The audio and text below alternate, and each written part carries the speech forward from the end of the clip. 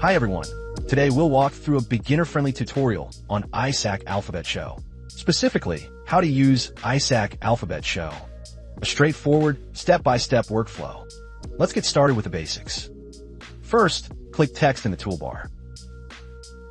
And the Alphabet Show menu appears.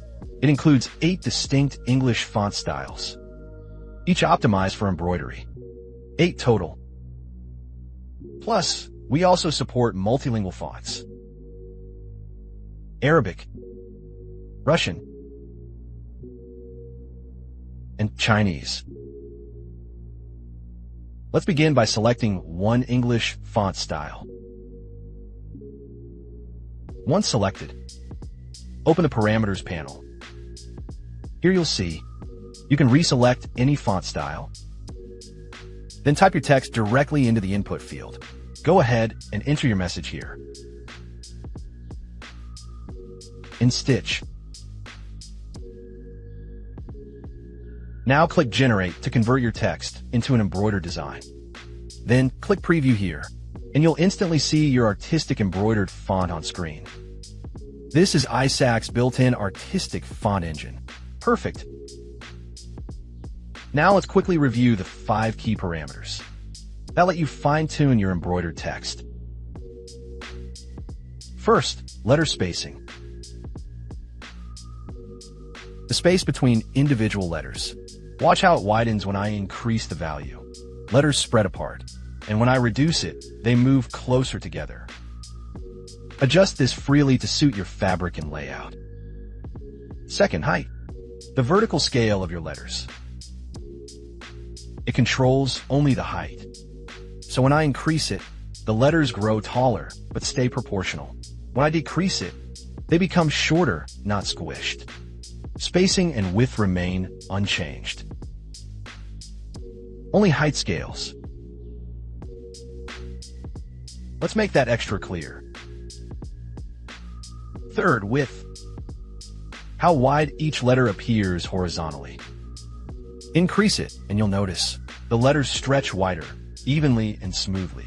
It's clearly wider now. We can increase the width even more. You can see the font has visibly changed. If I zoom out, the font becomes noticeably narrower.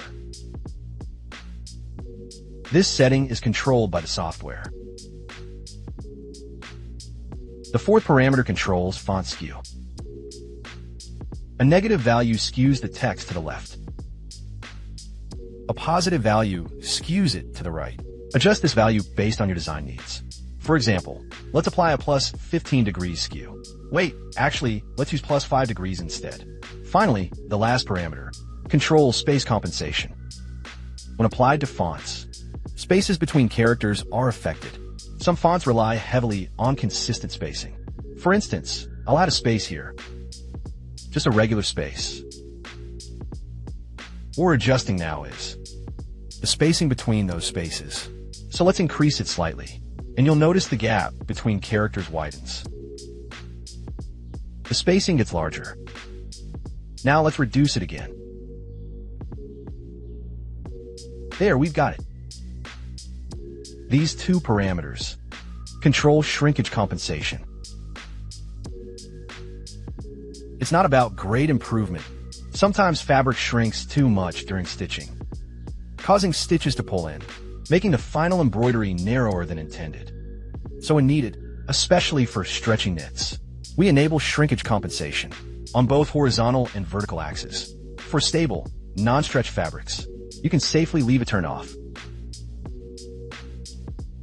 Next is Underlay stitch, a foundational layer that stabilizes the fabric.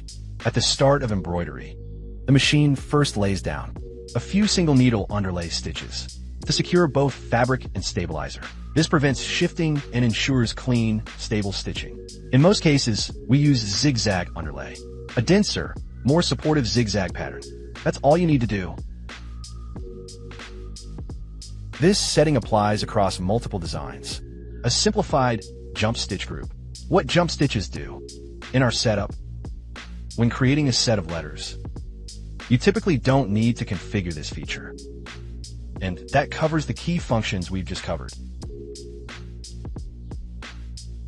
For these diverse letter styles, we're continuously expanding and refining our font library, adding more options, including more artistic and decorative fonts. We release new fonts and updates every month.